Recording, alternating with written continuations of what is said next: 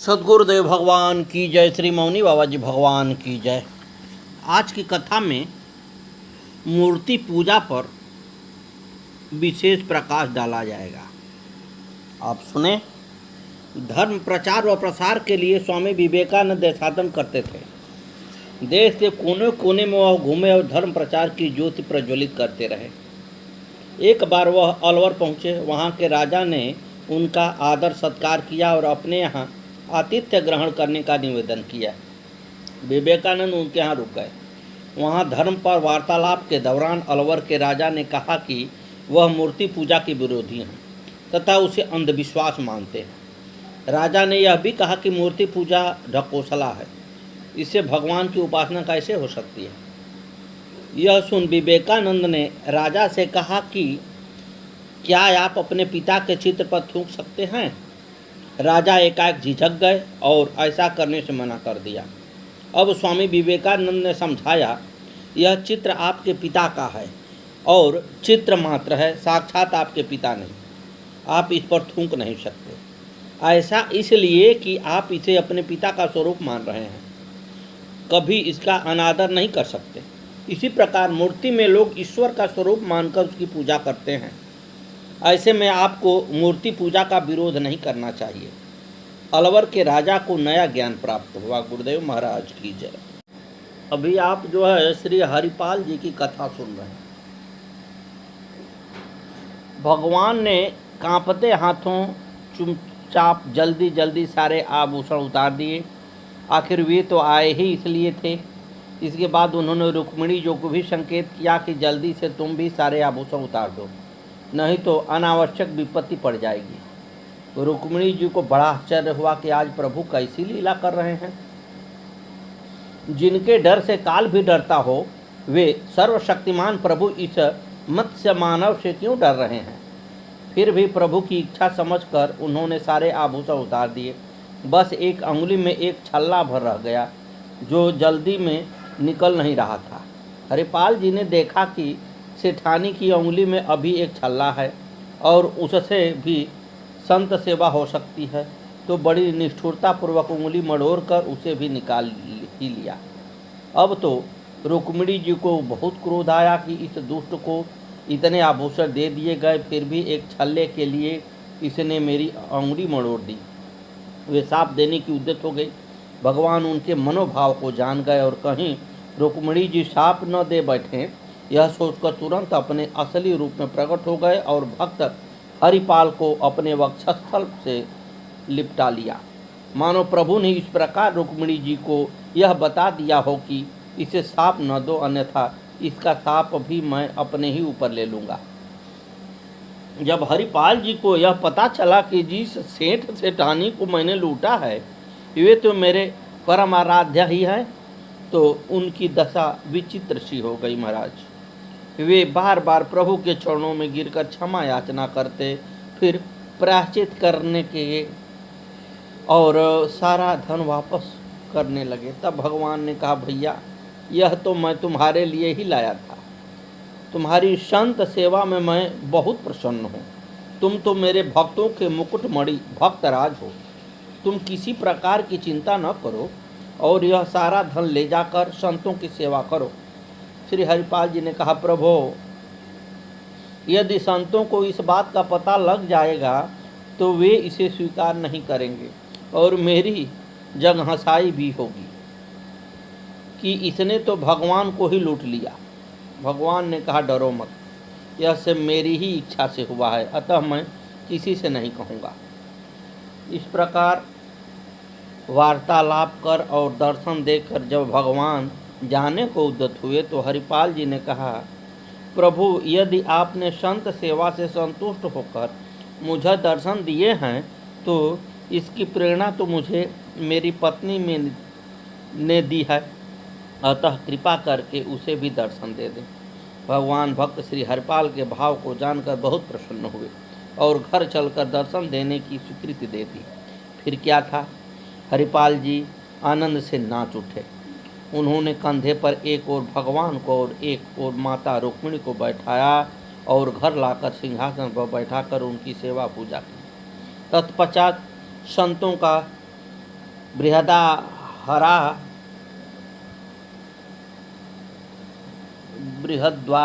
बृहद भंडारा हुआ। हरिपाल जी की पत्नी जब संतों के लिए भोजन बनाने लगी तो रुक्मिणी जी ने भी साग्रह उससे हाथ बटाया। इसी प्रकार श्री हरिपाल जी जब परोसने लगे तो भगवान भी उसके साथ साथ जुट गए। संतों ने भक्त और भगवान की जय जयकार की और आनंद पूर्वक भंडारा संपन्न किया। इस प्रकार भगवान अपने भक्तों से उसी प्रकार स्नेह करते हैं जैसे गौ माता अपने बछड़े से करती है। हम सभी को इस पर ध्यान देने की जरूरत है। जैसे पयपान करते समय वत्स स्तनों पर प्रहार करता है तो भी गौ माता उसे दूध देती है, वैसे ही भक्त द्वारा दिए कष्ट को न ध्यान रखकर भगवान सिर्फ उसके भाव को ही देखते हैं। अब आए श्री साक्षी गोपाल जी के भक्त कथा सुने। बहुत पहले की बात है। गौड़ देश में दो ब्राह्मण निवास करते थे। इन दोनों में एक कुल और आयु दोनों में बड़ा था और दूसरा नई अवस्था वाला साधारण कुल का था। दोनों तीर्थ यात्रा करने के लिए घर से चले। अनेक तीर्थों का दर्शन करते हुए दोनों वृंदावन में आ गए। दैवयोग से बूढ़ा ब्राह्मण बीमार हो गया। तब उस युवक ने बड़े प्रेम से खूब सेवा की। स्वस्थ हो जाने पर उसने अति प्रसन्न होकर वृद्ध ब्राह्मण श्री गोपाल जी को साक्षी मानकर उसे अपनी कन्या देने की प्रतिज्ञा कर दी। अब देखिए महाराज क्या होता है आगे। तब उस युवक ने भी स्वीकार कर लिया। दोनों वृंदावन से चले और घूमते घामते घर को पहुंच गए। तब उस युवक ने वृद्ध से कहा कि अब आप अपनी प्रतिज्ञा का पालन कीजिए और अपनी लड़की का विवाह मेरे साथ कर दीजिए। वृद्ध ने अपनी स्त्री तथा कुटुंबियों से पूछा। उनकी सम्मति न पाकर अपनी प्रतिज्ञा को टाल गया। युवक ने पंचायत जोड़ी। पंचायत ने पूछा कि कोई स्त्री या पुरुष तुम्हारा गवाह है? उसने कहा, इन्होंने श्री गोपाल जी को साक्षी बनाया था, अतः वे ही साक्षी हैं। तब सब पंच बोले, इस सभा में आज लिखा पढ़ी करवा लो। यदि गोपाल जी आकर साक्षी देंगे तो तुम्हारे साथ बेटी का विवाह कर दिया जाएगा। तब वह युवक वृंदावन आया और वृंदावनवासी श्री गोपाल जी से बोला, आप मेरे साथ गांव को चलिए और साक्षी दीजिए। ऐसा लिखा पढ़ी मैंने करवा ली है। उत्तर की प्रतीक्षा में वह गोपाल जी के सामने बैठा रहा। बैठे बैठे कई पहर बीत गए महाराज। उसने अन्न जल कुछ भी ग्रहण नहीं किया। तब भगवान श्याम सुंदर बोले, प्रतिमा चलती नहीं है। तब उसने कहा, फिर बोलती क्यों है? यदि भाव में भरकर बोल सकती है तो चल भी सकती है। भावपूर्ण उत्तर सुनकर श्री गोपाल जी साथ चलने को तैयार हो गए और बोले, मैं तुम्हारे साथ चलूँगा, पर नित्य 2 सेर उत्तम भोग मुझे अर्पण करना होगा। हम दोनों उसमें से आधा आधा खा लिया करेंगे। दूसरी प्रतिज्ञा यह कि मैं तुम्हारे पीछे पीछे अपने पैरों के नुपुरों को बजाता चलूँगा। उसकी ध्वनि तुम्हारे कानों में पड़ती रहेगी। पीछे घूमकर मत देखना। जब घूमकर मुझे देखोगे तो बस मैं वहीं रह जाऊँगा। अब आगे आगे भक्त पीछे पीछे भगवान वृंदावन से चले। जैसे ही गांव के निकट पहुँचे वैसे उस भक्त के मन में आया कि जरा चलते हुए ठाकुर की शोभा तो देखूं। घूमकर देखते ही श्री गोपाल जी खड़े हो गए और मंद मंद मुस्कुराने लगे। भक्त ने कहा, क्यों थक गए क्या? अब तो बस थोड़ी ही दूर चलना है। भगवान ने कहा, मैंने तो पहले ही कहा था, अब मैं यहाँ से आगे नहीं जाऊँगा। पंचों को यहाँ ही बुला लाओ। वह युवक विप्र गांव में आया और सबसे बोला कि चल कर देखो, स्वयं श्री गोपाल जी साक्षी देने पधारे हैं। यह सुनते ही सब लोग आश्चर्यचकित हो गए। गांव के सभी लोग दौड़ कर आए। पंचों के सामने श्री गोपाल जी ने श्री मुख से बोलकर साक्षी दी। इस प्रकार दोनों भक्तों को तथा अन्यों की अभिलाषाएं पूर्ण हो गईं। फिर वह गोपाल जी का श्री विग्रह लौटकर वृंदावन नहीं आया। राजा ने श्री गोपाल जी के लिए प्रेम से भोग राग का प्रबंध किया। अब तक वहीं खुर्दराहा उड़ीसा में साक्षी गोपाल जी विराजमान हैं। गुरुदेव महाराज की जय। अब श्री रामदास जी की कथा सुने। देखिए कितने बड़े बड़े भक्त हुए और भक्त के लिए प्रभु कितना मजबूर हो जाते हैं, ये काव्य में देखिए लिखा हुआ है। इस पर हम लोग अगर ध्यान दें तो अगर कोई और प्रभु को बुला सकता है, उनका दर्शन कर सकता है, तो हम क्यों नहीं कर सकते। लेकिन अभिलाषा नहीं है महाराज, मुझे तो केवल पैसे की अभिलाषा है, भगवान की कहाँ अभिलाषा है। अभिलाषा हो तब तो प्रभु मिले। आइए, भक्त रामदास द्वारका से 7 कोस की दूरी पर डकोर नामक गांव में रहते थे। रणछोड़ भगवान के मंदिर के प्रति एकादशी को जागरण, कीर्तन आदि उत्सव का आयोजन होता था। उसमें वे नियम पूर्वक सम्मिलित होते थे और भगवान के दर्शन से अपने तन, मन और बुद्धि को पवित्र करते थे। भगवान रणछोड़ ने एक बार उनके सामने प्रत्यक्ष प्रकट होकर कहा, तुम वृद्ध हो चले हो, तुम्हें 7 कोस आने जाने में जो कष्ट होता है वह मेरे लिए नितांत असह्य है।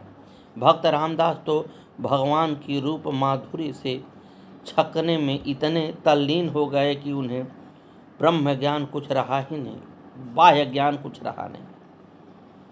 आने जाने के प्रश्न ने उनके मस्तिष्क को कुछ चिंतित ही नहीं किया। भगवान ने कृपा पूर्वक उन्हें दर्शन दिया। इस बात को सोच सोच कर वे प्रेम विह्वल हो रहे थे। भगवान के अंतर्धान होते ही उनके वियोग में प्राण छटपटाने लगे, अंग अंग सिरने लगे। अब तो उनका निश्चय और भी दृढ़ हो गया। वे समस्त सिखों को तिलांजलि देकर दूसरे उत्साह से जागरण महोत्सव में जाने लगे। वे किसी भी मूल्य पर जागरण का आनंद छोड़ने के लिए अपने आप को समर्थ नहीं पा सके। भगवान ने भक्त रामदास का एकादशी जागरण में आना और न सहा गया। भक्त को सुख और आनंद देने के लिए उन्होंने रामदास से डकोर चलने का निश्चय प्रकट किया। भगवान तो सच्ची निष्ठा और प्रेम से भूखे हैं। उन्होंने रामदास को गाड़ी लाने की सम्मति दे दी और कहा, मेरे विग्रह को अंकवार में भर उसमें लिपटा देना और यथाशीघ्र ही डकोर चलने का प्रयत्न करना। दूसरी एकादशी के जागरण अवसर पर रामदास द्वारका में गाड़ी ले गए। उनकी वृद्धावस्था से किसी ने उन पर संदेह नहीं किया। द्वादशी की रात आधी बीत चुकी थी। द्वारकावासी और मंदिर के पुजारी तथा अन्य सेवक आदि नींद की गहरी और मीठी लहरों में बह रहे थे। सारा का सारा वातावरण नीरव और शांत था। रामदास अपने सौभाग्य पर फूले नहीं समा रहे थे। भगवान के आतिथ्य का आनंद सोच सोच कर वे प्रतिक्षण कुछ और से और होते जा रहे थे। मंदिर का पट अचानक खुल गया। वे मंदिर में पहुंच गए। थोड़े ही परिश्रम से भगवान उनकी गोद में आ गए। भगवान ने प्रसन्नतापूर्वक अपने चिन्मय मादक स्पर्श से भक्त की जन्म जन्म की तपस्या सफल कर दी। गाड़ी द्वारिका से बहुत दूर निकल गई। रामदास झूम झूम कर कीर्तन करते थे और भगवान भक्त के संरक्षण में 7 कोस की यात्रा पूरी कर रही। सवेरा होते ही लोगों ने रामदास का पीछा किया। भगवान भास्कर की सुनहली किरणें पूर्व दिशा के आंचल में विहार करने वाली ही थी कि रामदास ने देखा कि कुछ लोग पीछा कर रहे हैं। उनके मस्तक पर पसीने के कण बिखर गए। वे किसी अनहोनी और भीषण घटना से रह रहकर आशंकित हो उठे। कभी प्रभु का श्री विग्रह प्रेम भरी दृष्टि से देख लेते, तो कभी गाड़ी की तेज से आगे बढ़ा देते। उन्हें पूरा पूरा विश्वास था कि प्रभु जो कुछ भी करेंगे उसी में मेरा परम कल्याण है। पीछा करने वाले थोड़े ही दूर रह गए थे, पर भक्त ने भगवान को जगाना उचित नहीं समझा। उन्हें तो विश्वास था कि भगवान गाड़ी पर लेटते ही सो गए। उन्होंने सोचा कि पीछा करने वाले मुझसे भगवान को छीन न लें और प्रभु नींद का सुख लेते द्वारका मंदिर में प्रवेश करेंगे, इससे अधिक तो कुछ होगा ही नहीं। पर भगवान की लीला शक्ति तो जाग ही रही थी। भक्त भयहारी रास बिहारी ने कहा, तुम मुझे सामने की बावली में छिपा दो और जब पीछा करने वाले चले जाएं तब गाड़ी में रखकर डकोर ले चलना। रामदास ने उनकी आज्ञा पालन किया। पीछा करने वाले पुजारी आदि का आ पहुँचे। बिना कुछ पूछताछ किए ही उन्होंने रामदास को मारना आरंभ किया। भगवान की लीला शक्ति ने भक्त रामदास की दृढ़ निष्ठा और धैर्य परीक्षा की महिमा प्रकट करने के लिए दुष्टों को अपनी मनमानी करने दी, पर उन्हें दंड के ही माध्यम से भक्त के शरीर का स्पर्श मिल चुका था। अतः उनका विवेक जाग उठा। गाड़ी में भगवान का श्री विग्रह न पाकर उनके पश्चाताप का परावार उमड़ाया। उन्होंने महापाप से भी भीषण भक्तापराध कर डाला था। उन्होंने देखा कि बावली का पानी किसी के खून से लाल हो गया। सत्संग का प्रभाव तो मन पर था ही, भगवान की लीला शक्ति ने अपना काम किया। वे प्रभु का श्री विग्रह बावली से बाहर निकालकर अपने किए पर पछताने लगे। भगवान ने दर्शन दिया। भक्त रामदास प्रभु के घायल शरीर को देखकर कांप उठे। मेरे कारण उन्हें इतना कष्ट सहना पड़ा। उनका हृदय हाहाकार कर उठा। भगवान ने कहा, मेरे भक्त मुझे मेरी आज्ञा से ले जा रहा है। तुम लोगों ने जो मेरे भक्त को मारा है, उस चोट को मैंने अपने शरीर पर ले लिया है। इसी से मेरे शरीर से खून बह रहा है। अब मैं तुम्हारे संपर्क में नहीं रहना चाहता।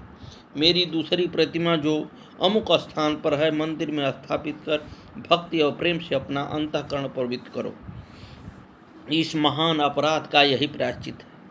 अपनी आजीविका के लिए मेरी इस मूर्ति के बराबर सोना ले लो। पुजारी लोग लोभवश राजी हो गए और बोले, तौल दीजिए। भगवान ने रामदास को आज्ञा दी, मेरे तौल के बराबर इसे सोना दे दो। भक्त अपनी दरिद्रता और असमर्थता पर कांप उठे। उनकी स्त्री के कान की बाली पलड़े में रखी गई। पलड़ा भारी हो गया। प्रतिमा उसकी तौल में हल्की हो गई। पुजारी तथा अभक्त दुष्ट अपना सामूह लेकर 9-2-11 हो गए। भगवान ने भक्त की इज्जत रख ली। भगवान रण छोड़ उसी दिन से आयुधछत की उपाधि से विभूषित हुए। अभी तक उनके घाव पर पट्टी बांधी जाती है। भक्त प्रवर रामदास की भक्ति की महिमा का बखान तो भगवान रणछोड़ की लीला शक्ति ही कर सकती है। धन्य है भक्त रामदास। गुरुदेव महाराज की जय। आगे की कथा कल। जय जय श्री सीताराम। जय जय रास बिहारी।